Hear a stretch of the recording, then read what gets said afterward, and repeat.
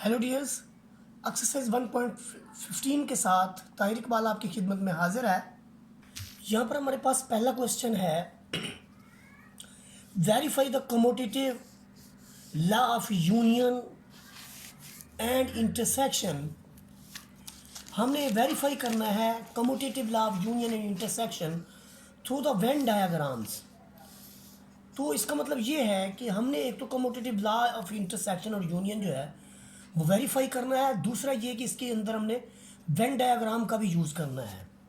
आइए देखते हैं वेन डायग्राम का यूज़ हम कैसे करेंगे। हम कमोटेटिव लॉ यूज़ कर रहे हैं यूनियन का कमोटेटिव लॉ जो है वो आपके पास कमोटेटिव लॉ के लिए दो सेट्स का होना लाजमी है, वो गिवन है हमारे पास।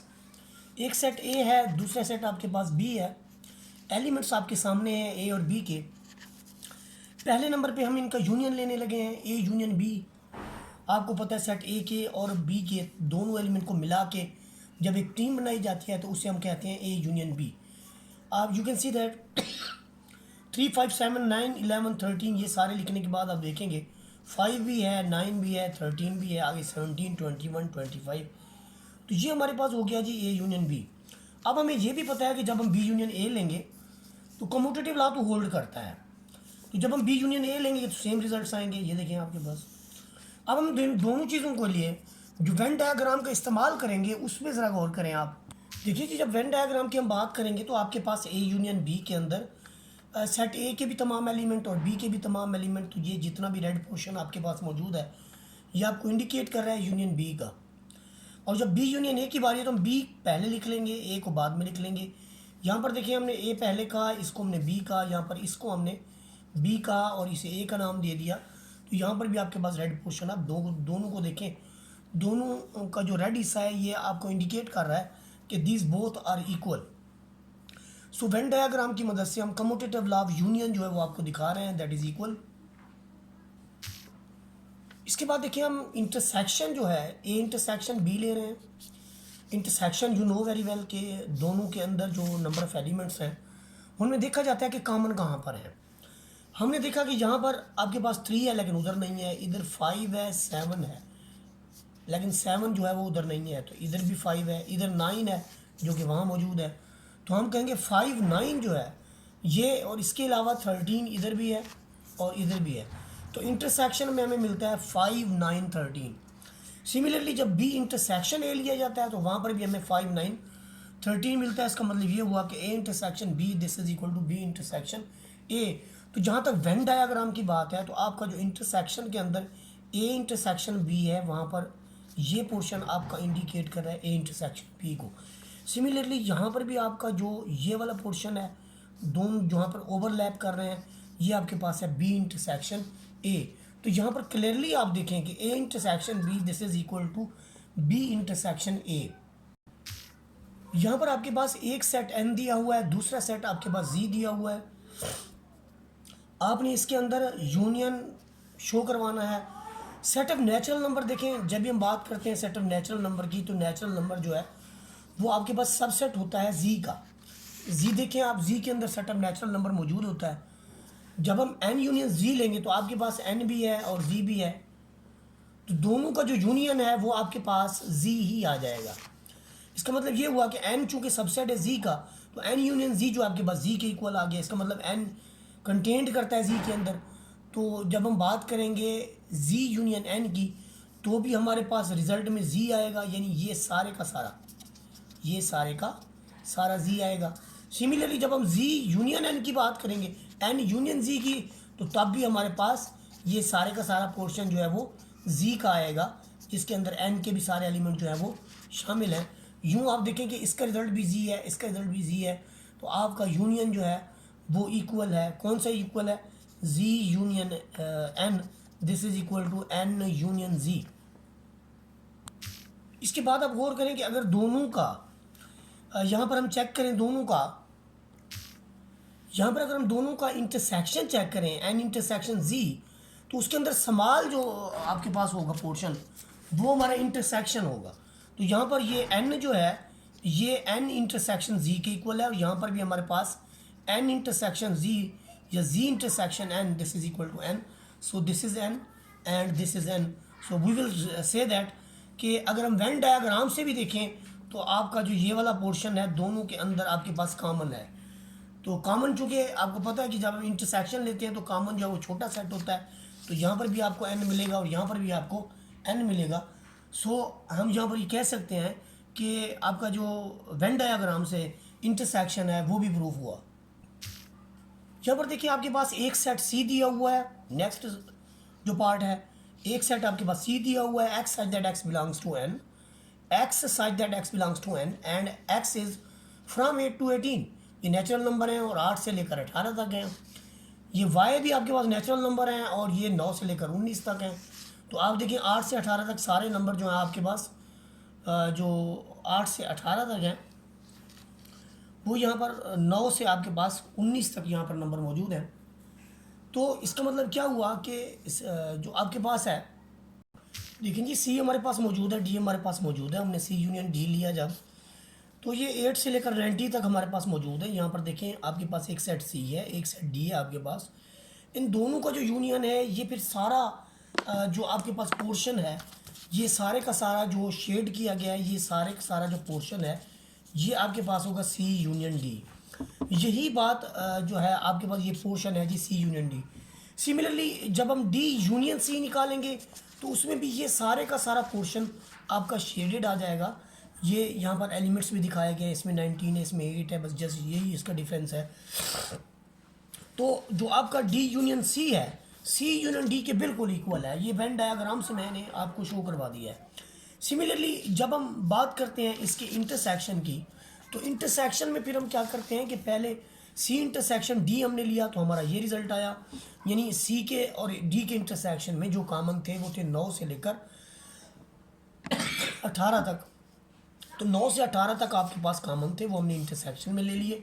फिर डी इंटरसेक्शन सी जब हमने लिखा तो उसमें भी हमारे पास 9 से लेकर 18 तक दोनों नंबर आपके पास सेम है, इसे आप 1 कह लें इसे आप 2 कह लें। तो आप कह सकते हैं कि इंटरसेक्शन जो इन दोनों का है ये इक्वल है। उस इक्वल इंटरसेक्शन को यहाँ पर देखें शेड किया गया है, यहाँ पर आपके पास ये सारा सेट सी है, यहाँ पर आपके पास सेट डी है। इनके अंदर जो सी और डी के अंदर जो कॉमन पोर्शन है ये देखें मैं इसको जो है ब्लू कलर से स्काई कलर से जो है मैं इसको शेड कर दिया है मैंने, और ये आपके पास है जी ए आप कह सकते हैं sorry C intersection D. Similarly ये जो स्काई पोर्शन है हमारे पास जिसे हमने शेड किया है ये आपके पास है डी इंटरसेक्शन सी। तो these are both equal by the Venn diagram. So this is proof that C intersection D this is equal to D intersection C. यहाँ पर हमारे पास चौथे पोर्शन के अंदर ई एंड ओ दिया हुआ है, इनका हमने यूनियन फाइंड आउट करना है। ये हमारे पास ई यूनियन ओ है, इवन और आर टोटली डिफरेंट हैं एक दूसरे से, एक दूसरे के कम्प्लीमेंट समझ लें। इनका यूनियन आपके पास जो है वो जी के इक्वल है, और फिर ओ यूनियन ई ले तो तब भी वही रिज़ल्ट आता है। आप ये देखिए जब हम इनको यूनियन करते हैं तो ये जो आपके पास ई यूनियन ओ बनता है, यहाँ पर आप ओ यूनियन ई बनाएं तो ये टोटली डिस्जेंट सेट्स हैं। तो ये पोर्शन जिन्हें हमने शेड कर दिया है स्काई कलर के साथ ये बिल्कुल सेम है। So you can say that E union O this is equal to O union E by the Venn diagram. अब हम बात करते हैं इनके इंटरसेक्शन की। जहाँ तक इनके इंटरसेक्शन का ताल्लुक है तो आप देखें इन दोनों में इंटरसेक्शन इम्प्टी है, कोई एक सिंगल एलिमेंट भी नहीं है जो दोनों के अंदर शामिल हो। मसलन इधर 0 है तो इधर नहीं है, इधर 2 है तो इधर नहीं है, इधर 4 है तो इधर नहीं है, फिर इसका कोई भी एलिमेंट जो है +-1 है वो इधर नहीं है, 3 है वो इधर नहीं है, -3 है वो इधर नहीं है, 5 इधर है इधर नहीं है। सो यहाँ पर ओ इंटरसेक्शन ई जो है वो भी इम्प्टी है, दोनों आपके पास इम्प्टी हैं। न्यूमेरिकली अगर आपके पास इम्प्टी हैं तो यहाँ पर ग्राफ के अंदर देखें, अगर मैं किसी एक सेट को ये कह लूँ कि ये मेरे पास इवन नंबर का सेट है, ये ऑड का है, ये ऑड का है, ये इवन का है, तो दोनों के अंदर आप देखें कोई भी एक सिंगल एलिमेंट भी कॉमन नहीं है। जब कोई भी एलिमेंट कॉमन नहीं है तो हम इन सेट्स को डिसजॉइंट भी लिखा हुआ है हमने, तो ये बिल्कुल इम्प्टी रिजल्ट्स हैं इनके, तो दोनों आपस में इक्वल हैं। यानी क्या इक्वल है कि आपका जो यानी न्यूमेरिकली जो है, न्यूमेरिकली हम इसको कैसे लिखेंगे, ये वेन डायग्राम बनाने के बाद हम ये लिख देंगे कि by above Venn diagram E intersection O, this is equal to O intersection E. तो वेन डायग्राम से हमने ये बात प्रूव करवा दी कि इन दोनों के दरमियान जो इंटरसेक्शन है that is equal, that is empty set. Question number 2 के अंदर देखें, फॉर गिवन सेट्स कि हम वेरीफाई करना है following laws through Venn diagram. तो पहला जो हमारा लॉ है वो हमने एसोसिएटिविटी जो है वो प्रूव करवानी है by the union. Associative law of union जो है प्रूव करवाना है, और 3 सेट्स आपके पास गिवन है, ए गिवन है, बी गिवन है, सी गिवन है। तो एसोसिएटिविटी हम कैसे प्रूव करवाएंगे कि पहले हम ए यूनियन के बाद बी यूनियन सी लेंगे। ये देखिए पहले हमने बी यूनियन सी लिया जो कि ये आया, उसका यूनियन फिर हमने ए के साथ ले लिया। लेने से हमारा जो रिजल्ट है 1 से लेकर 15 तक पूरी की पूरी काउंटिंग जो है उसके अंदर आ चुकी है। फिर उसके बाद जब हमने पहले ए यूनियन बी लिया जो कि हमारे ये रिजल्ट्स हैं, इन दोनों के ये रिजल्ट्स हैं, और उसके बाद यूनियन सी ले लिया तो ये आया। तो वही सेम रिजल्ट जो पहले हम फाइंड आउट कर चुके हैं इक्वेशन नंबर 1 के अंदर और फिर इक्वेशन नंबर 2 के अंदर। अब हम इसको वेन डायग्राम की मदद से जो है शो करवाएंगे। वेन डायग्राम के अंदर देखें तो जिस तरह की फिग हमने A union B union C के लिए किया है, उसी तरह के आपके रिजल्ट्स जो हैं वो पहले ए यूनियन बी ब्रैकेट के अंदर यूनियन सी के लिए है।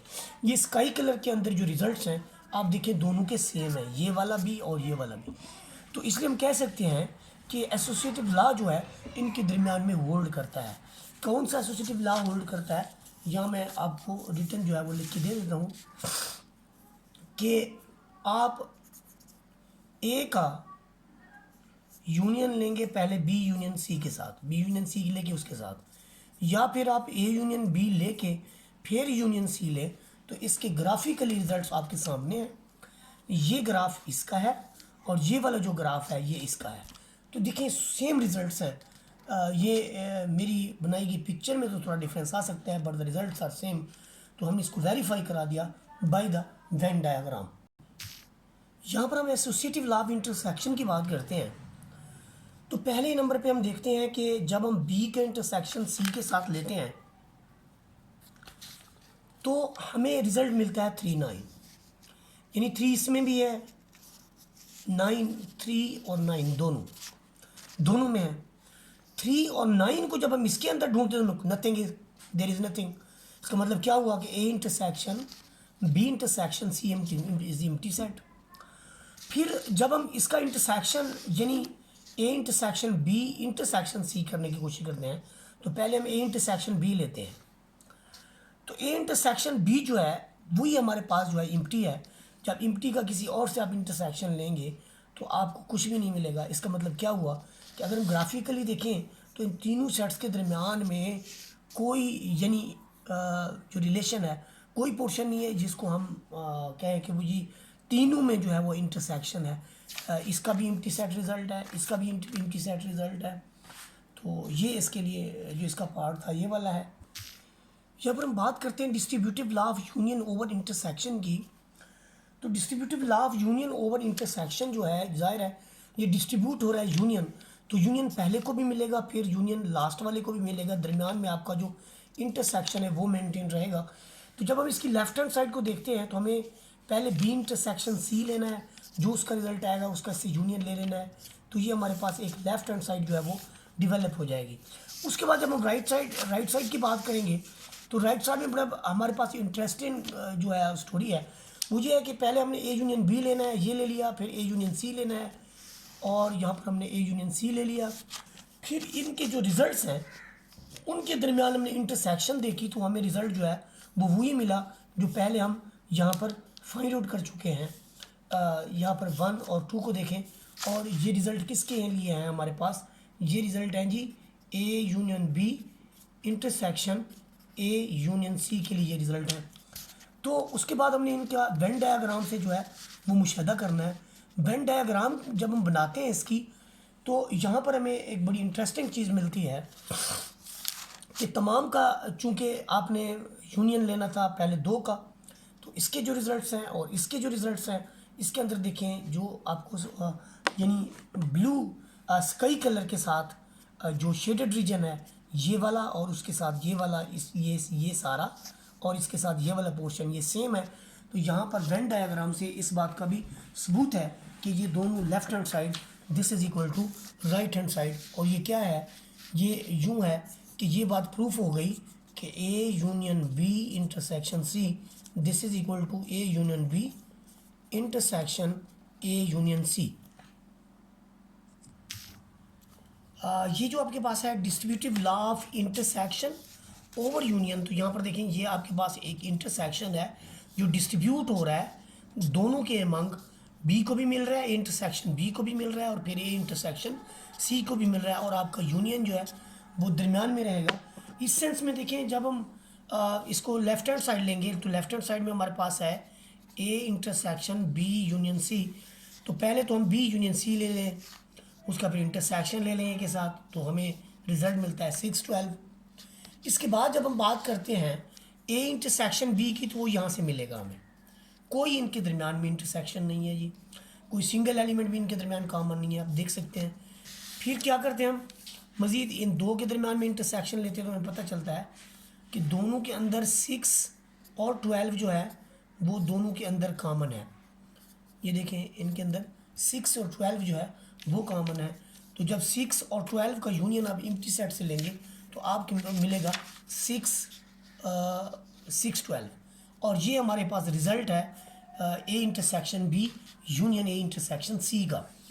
जब हम ग्राफिकली इसकी यानी बात करते हैं तो ग्राफिकली अगर इसको देखा जाए तो पहले नंबर पे तो हमारे पास बी यूनियन सी आपका ये सारा आ जाएगा, और यहाँ पर जो आपके पास इसका जो ग्राफ होगा, यहाँ क्लियरली इसको आप ऑब्जर्व करें कि जब हम ए का ये वाली चीज़ यानी फाइंड आउट करते हैं A intersection B union C, तो पहले हमने बी यूनियन सी निकालना है। तो देखें बी यूनियन सी अगर हम निकालते हैं, ये वाला पोर्शन है हमारे पास बी यूनियन सी का, तो ये दोनों सेट्स जो है यूनियन के तौर पर सारे के सारे रेड शेडेड हो जाते हैं। इस सारे रेड शेडेड में से जो बी यूनियन सी का ओवरलैप कर रहा है ए को, वो ये वाला ब्लू पोर्शन है, ये स्काई पोर्शन है। स्काई पोर्शन क्या है हमारे पास, ए का इंटरसेक्शन बी यूनियन सी के साथ, और ये वाला है। सिमिलरली जब हम बात करते हैं इसके सेकंड पार्ट की कि A intersection B union A intersection C, तो आप देखें जब हम ए इंटरसेक्शन बी लेते हैं तो वो एम्प्टी है। क्या ए का इंटरसेक्शन बी के साथ है कुछ? बिल्कुल नहीं है, वो तो एम्प्टी है। फिर जब उसी का हम यूनियन लेते हैं ए इंटरसेक्शन सी के साथ, तो आपको ये ब्लू वाला जो पोर्शन है ये मिलेगा। तो यहाँ पर देखें ये जैसे ये ब्लू वाला पोर्शन हमारे पास है, उसी तरह से ये ब्लू वाला पोर्शन है। ये थोड़ा आपको बड़ा नज़र आएगा, ये मेरी फिगली यानी मिस्टेक है, अदरवाइज ये बिल्कुल सेम है। तो आप देखें इधर भी हमारे पास आया था एक, यानी इधर इसे ए इंटरसेक्शन बी एम्प्टी आया था, और फिर उसके साथ हमने 6 और 12 का यूनियन लिया तो हमें मिला 6 12, इधर भी हमें 6 12 आंसर मिला। तो यहाँ पर देखिए ये शेडेड रीजन जो है इसके अंदर 6 और 12 जो है वो मौजूद है। तो ये हमारी लेफ्ट हैंड साइड जो है वो आपके पास ये दोनों यानी आपस में इक्वल है। ये हमने वेन डायग्राम से यानी ग्राफिकली भी शो करा दिया। क्वेश्चन नंबर 3 की जब हम बात करते हैं तो हमने इसको जो ना कॉपी करना था फॉलोइंग को, वेन डायग्राम को, एंड शेड करना था according to the given operation. Operation हमारे पास गिवन बिलो है कि ए इंटरसेक्शन बी का हमने यूनियन लेना था सी के साथ, ए इंटरसेक्शन बी का हमने यूनियन लेना था सी के साथ। तो ए इंटरसेक्शन बी को जब हम देखते हैं तो ए जो है वो सबसेट है बी का, ए सारे का सारा जो है वो बी के अंदर कंटेन करता है। फिर हम उसका यूनियन लेंगे सी के साथ, इसका मतलब ये तो सारा हो गया, साथ में सी भी सारा हो जाएगा। तो जो कि ए इंटरसेक्शन बी जो है ये आपके पास ए आ चुका है, और जब आप ए का यूनियन सी से लेंगे तो यूनियन में ए के भी सारे एलिमेंट आप लिखेंगे और सी के भी सारे एलिमेंट लिखेंगे। तो इसका मतलब जब ए और सी के सारे एलिमेंट लिखेंगे तो वो सारे के सारे सेट जो है वो शेड होंगे, ए भी पूरे का पूरा शेड हो जाएगा और सी भी पूरे का पूरा शेड हो जाएगा। जब हम इसकी दूसरे फिक की बात करते हैं कि A union B intersection C, तो पहले हम ए यूनियन बी लेते हैं, जिसमें बता दूं ये सारा पोर्शन ए और बी का इसके अंदर शामिल हो जाता है। लेकिन ए यूनियन बी जितना भी आता है जब आप उसका इंटरसेक्शन लेंगे सी के साथ, तो आपका सिर्फ ये वाला जो ब्लू पोर्शन है वो आपके सामने आएगा, ये वाला। और ये पोर्शन जो है ये क्या इंडिकेट करता है, ए यूनियन बी का इंटरसेक्शन सी के साथ। और याद रखें ये जितना भी बड़ा सेट आ जाए, जब इसका सी से इंटरसेक्शन लेंगे तो एक स्मॉल सा सेट आ जाएगा जो कि ये वाला है। इसके बाद मैं फिग नंबर 3 की बात करूंगा, जिसके अंदर ऑपरेशन भी दिया हुआ, मैंने इसको शेड कर दिया है। ए का इंटरसेक्शन बी के साथ लेने के बाद उसका यूनियन सी से लेंगे। जब हम ए का इंटरसेक्शन बी से लेते हैं तो हमें पता चलता है कि बी तो खुद कंटेंड करता है ए के अंदर। जब बी कंटेंड करता है ए के अंदर तो फिर उसका इंटरसेक्शन तो ये वाला होगा, बी पोर्शन होगा। तो बी अब सिर्फ ये वाला पोर्शन यूनियन करेगा सी के साथ, तो हमारा जो शेडेड रीजन होगा स्काई ब्लू, ये शो करवाएगा कि A intersection B union C को। देखें जी, ये अगर वीडियो आपको अच्छी लगी है लाइक शेयर और सब्सक्राइब कर दें, सब्सक्राइब लाजमी करें। जज़ाकल्लाह खैरा, मिलते हैं अगली वीडियो के साथ।